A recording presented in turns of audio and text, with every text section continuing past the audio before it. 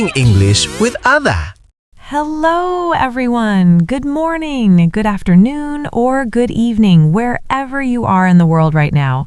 Welcome back to another special episode here on Speak English with Anna. As always, I'm your host, Anna, and I am thrilled to have you join us for today's conversation.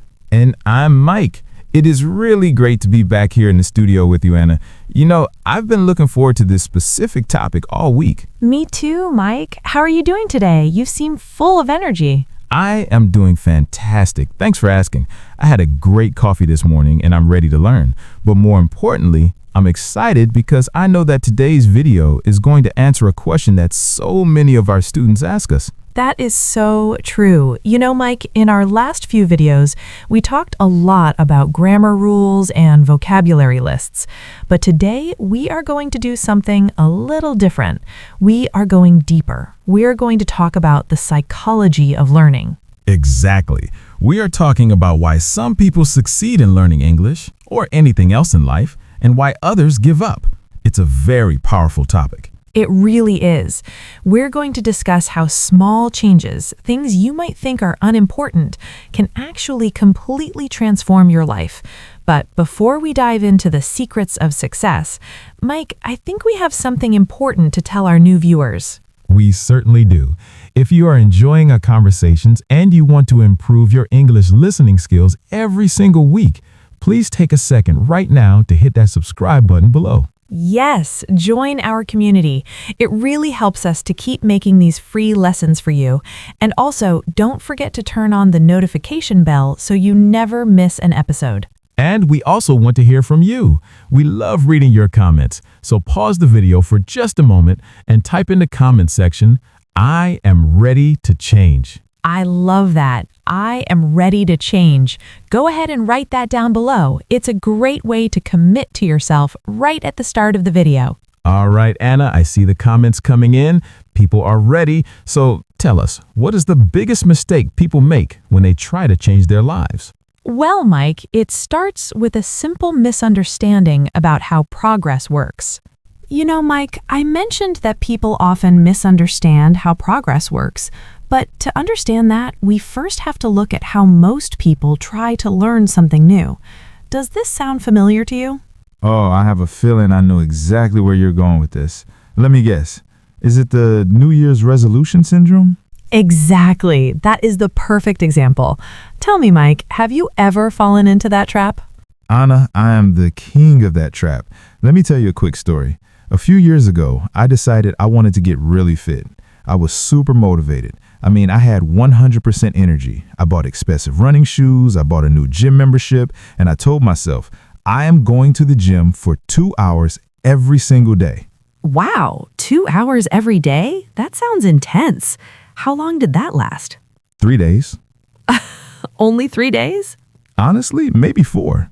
By the 5th day, I was so sore, so tired, and so overwhelmed that I just quit. I didn't go back for 6 months. I went from 100 to 0 instantly. And I think a lot of people feel this way, right? They feel guilty because they can't keep up that intense pace. You are absolutely right, Mike. And don't worry, you are not alone. I see this exact same pattern with my English students all the time. It is heartbreaking because they have such good intentions. Really? What does it look like for an English learner? It usually starts like this. A student wakes up and decides, I must speak fluent English now. So they download 5 different apps, they buy 3 grammar books, and they try to study for 3 hours straight on a Saturday. That sounds productive, though. Isn't studying for 3 hours a good thing? It feels productive in the moment, but the problem is it's not sustainable. It's what we call the all or nothing mentality. They think, if I don't study for 3 hours, it's not worth doing at all. Ah, I see. So when they get busy with work or family on Monday and they only have 15 minutes, they choose to do nothing? Exactly. They skip 1 day, then 2 days, then they feel like failures. They think, I'm just not talented at languages, or I'm too lazy. But the problem isn't their talent, Mike. The problem is their strategy. That is such a relief to hear. So we aren't lazy, we're just burning ourselves out. Precisely. We are addicted to the feeling of intense motivation. But motivation is like the weather. It changes every day. You can't rely on it. That makes so much sense. We are trying to sprint a marathon and then we wonder why we collapse at the starting line. It's actually quite frustrating, isn't it? Being stuck in this loop of starting and stopping over and over again. It is incredibly frustrating. It makes you feel like you're running in circles. You work hard, but you don't move forward. So if trying harder isn't the answer, what is? Why do we keep falling into this trap? That brings us to the root of the problem. It has to do with how our brains perceive reward and effort. Okay, Anna, so we know the problem. We try too hard, we burn out, and we quit. But why? Why is our brain wired to do this? Why can't we just be consistent? That is the million-dollar question, Mike, and the answer might surprise you. The root cause is that we are obsessed with the result, and we ignore the process. Can you give me an example? Sure. Think about learning English. Most students focus 100% on the goal. I want to be fluent. That is their goal. But let me ask you, do successful people and unsuccessful people have different goals? I guess not. Everyone who starts learning English wants to be fluent. No one starts thinking, I want to fail. Exactly. Winners and losers have the exact same goals. So the goal cannot be the thing that makes you successful. The problem is that we think happiness is on the other side of the goal. We tell ourselves, once I am fluent, then I will be happy. Oh, I do that all the time. Once I lose 5 kilos, then I will be happy. Once I get that promotion, then I will feel successful. Right, and because we are chasing that distant future, we hate the present moment. We hate the daily practice because it feels slow and boring. We want the prize without the struggle. This is what we call delayed gratification, and our brains naturally hate it. We want the reward now. That explains why scrolling through social media is so easy, but studying vocabulary is so hard. Social media gives us that instant dopamine hit. Precisely. But there's a second root cause that is even more dangerous. It's the motivation myth. The motivation myth? What is that? It's the belief that you need to feel inspired or motivated before you take action. People say, I'm just not in the mood to study today. I'll do it when I feel ready. Guilty as charged. I say that all the time. I wait for the spark to happen. But here's the harsh truth, Mike. You will never feel 100% ready. If you wait for motivation, you will wait forever. Professional writers don't wait for inspiration, they just write. Professional athletes don't wait until they feel energetic, they just train. So you're saying that action comes first? Yes, it is a loop. Action leads to success, success leads to motivation, and motivation leads to more action. But you have to start the engine yourself. You can't wait for someone else to turn the key. That is actually a very liberating thought. It means I don't have to feel good to do good work. I just have to start. Exactly. And this leads us to the biggest reason people fail. They focus on the mountain, not the step. They look at the huge task of learning English and they get scared. They're paralyzed by the size of the dream. That makes sense. The mountain looks impossible to climb from the bottom. So how do we stop looking at the mountain? How do we actually start moving? We stop trying to make big leaps. We start thinking smaller, much, much smaller. Okay, Anna, I'm listening.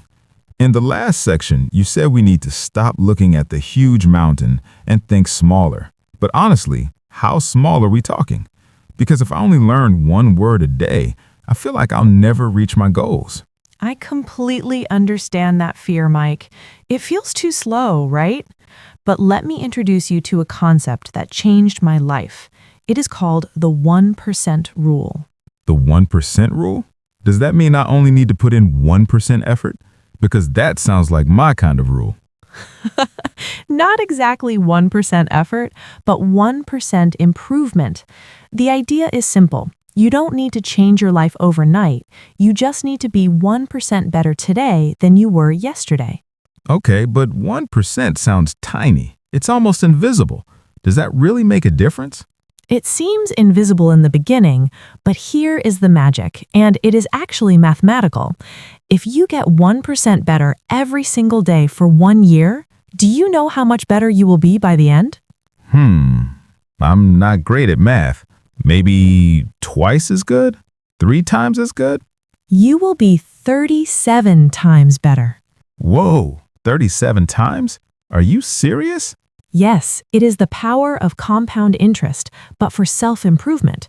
Just like money in a bank account grows over time, your habits compound. But if you get 1% worse every day, you drop down to almost zero. That is mind-blowing. We usually ignore the small things because they don't seem to matter in the moment. Exactly. Think about brushing your teeth, Mike. If you brush your teeth for 2 minutes right now, do you have a perfect smile? No. If you don't brush your teeth today, will your teeth fall out tomorrow? No, probably not. Exactly. One day doesn't matter. But if you brush every day for 10 years, you have healthy teeth. If you ignore it for 10 years, you have a disaster.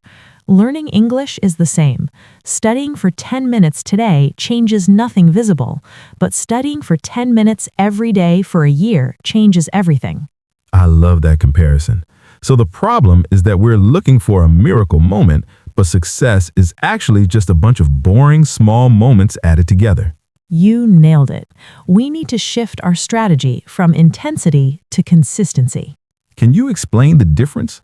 Intensity is like what you did at the gym, going for 3 hours once a week. It's painful and hard to maintain. Consistency is going for 20 minutes every day. It's easy, it's manageable, and you can do it even on your bad days. Even on your bad days. That is key, because we all have bad days where we're tired or stressed. Yes, and on those days, you don't need to be a hero, you just need to show up. A bad workout is better than no workout. Reading 1 page of an English book is infinitely better than reading 0 pages. I love that comparison. So the problem is that we're looking for a miracle moment, but success is actually just a bunch of boring small moments added together. You nailed it. We need to shift our strategy from intensity to consistency.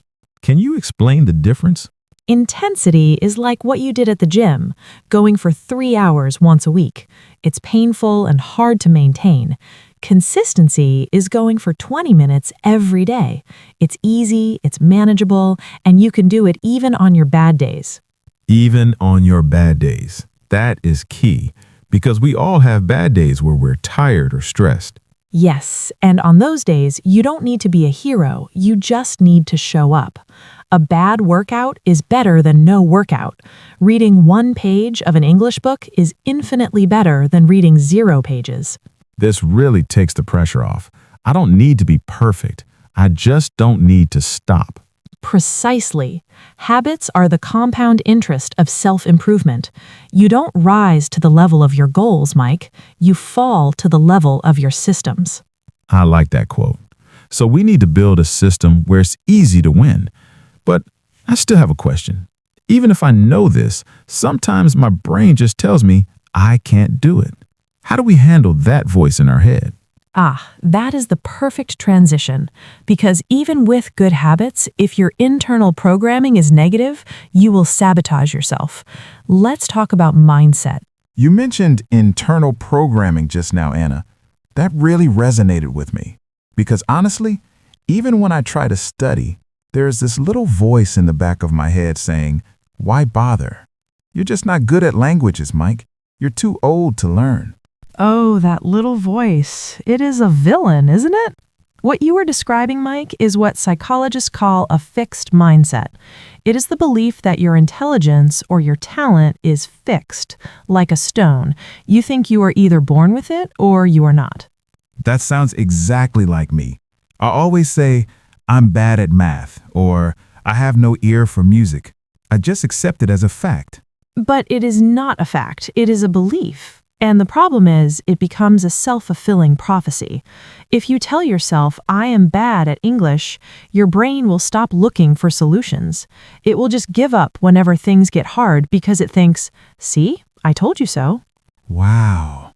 So I'm actually sabotaging myself with my own thoughts. Exactly. So we need to switch to a growth mindset. This is the belief that you can improve anything with effort and strategy. But the most powerful way to change this is to change your identity. My identity? You mean like my name? No, I mean how you define yourself. Imagine two people who are trying to quit smoking.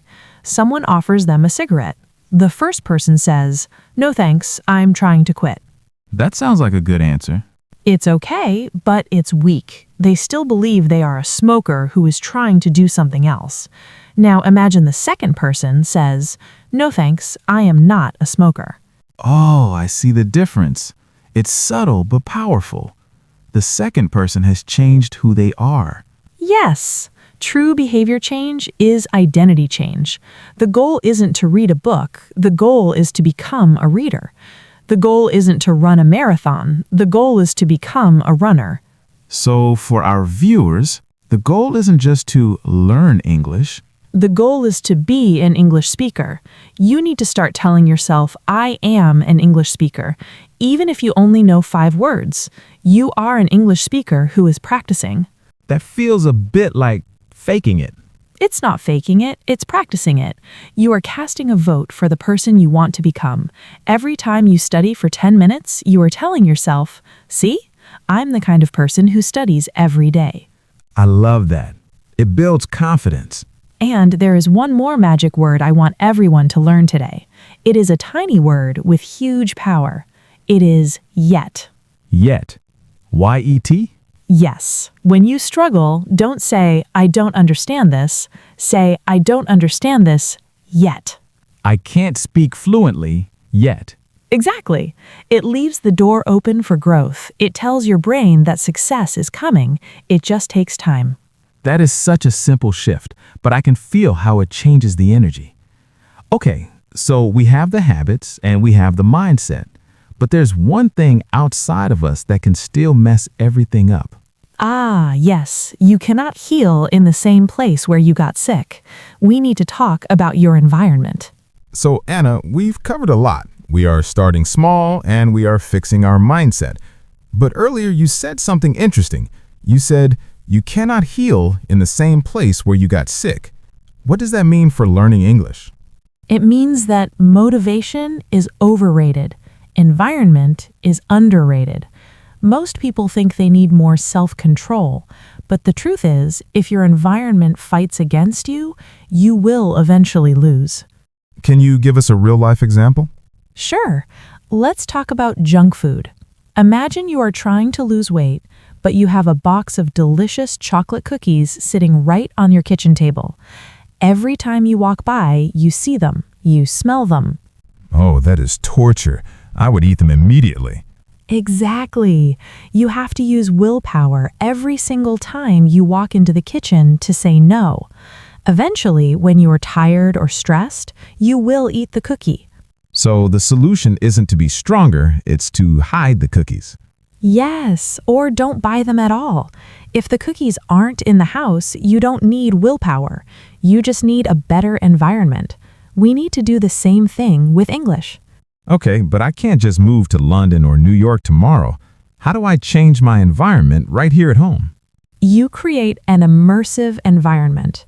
You need to make English the default option in your life. Step 1, take out your phone. Okay, got it. Change your phone's language setting to English. Oh, I've heard of that tip, but I'm scared I won't understand anything.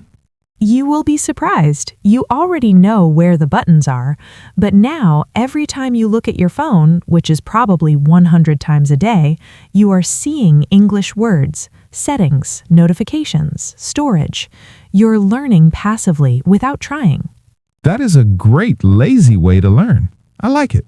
Here's another one, the friction rule. You want to increase friction for bad habits and decrease friction for good habits. Friction, like resistance? Yes, if you want to watch less TV, unplug the TV and put the remote in a drawer. That is high friction.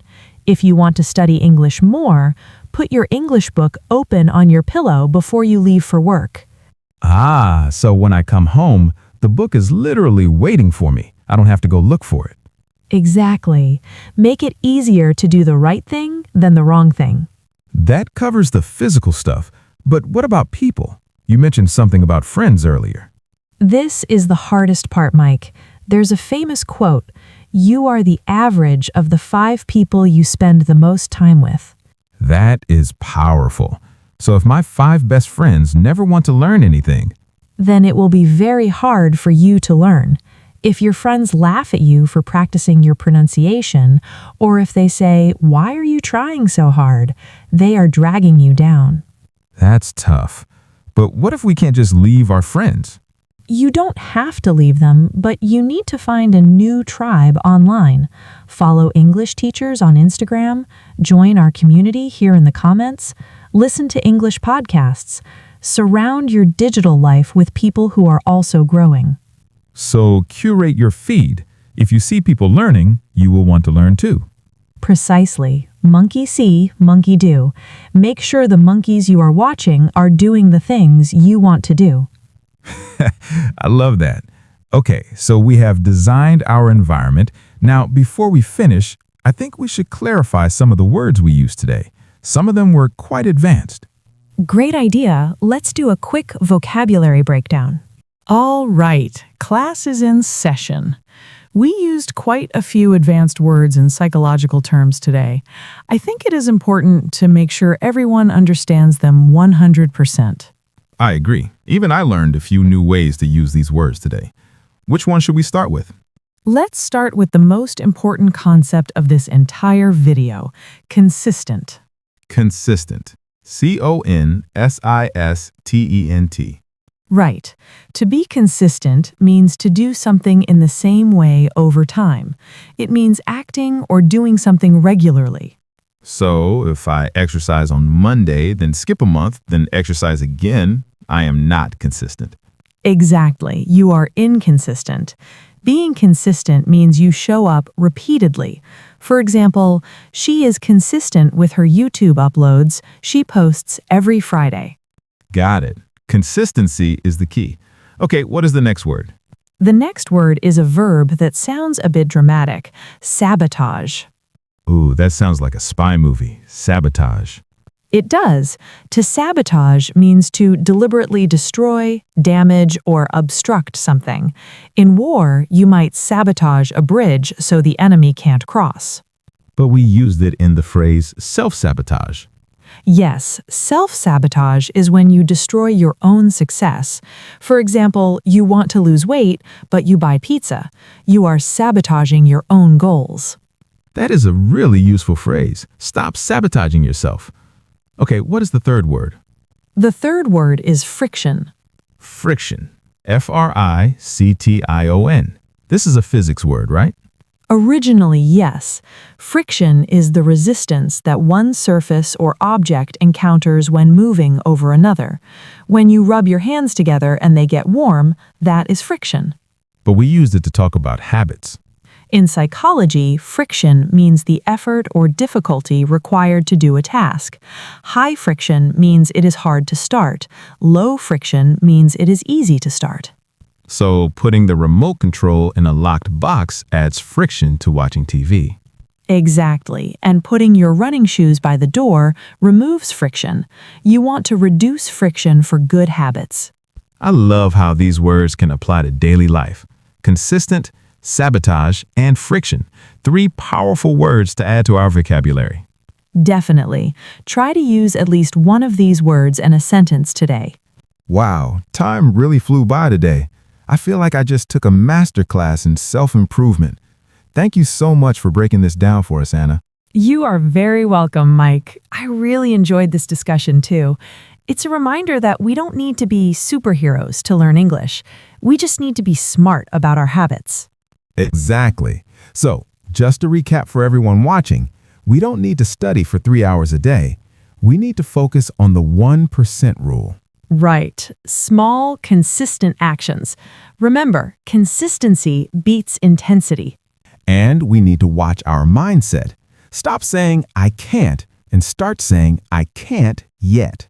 And finally, design your environment. Remove the friction for good habits and add friction for bad ones. Make success the easiest option. It sounds so simple when you put it that way, but I know the hardest part is actually starting. That is true, and that is why we have a little challenge for you guys. We don't want you to just watch this video and forget it. We want you to take action right now. Yes. In the comments below, I want you to answer one specific question. The question is, what is one small habit you will start today? Just one. It could be read one page of English, or listen to a podcast on the bus, or even learn 3 new words. Whatever it is, write it down. When you write it, you make a contract with yourself. We will be reading your comments and giving you some encouragement. And hey, if you found value in this video, if you learned something new, please give this video a big thumbs up. It really helps the YouTube algorithm show this video to more people who need help. And if you haven't subscribed yet, what are you waiting for? Click that subscribe button and the notification bell so you can join us for our next lesson. We have some really exciting topics coming up next week. You definitely don't want to miss that. Thank you so much for watching, everyone. Remember, big changes start with small steps. Keep practicing, keep growing, and be proud of your progress. I'm Anna. And I'm Mike. And we are... See you in the next video. Bye.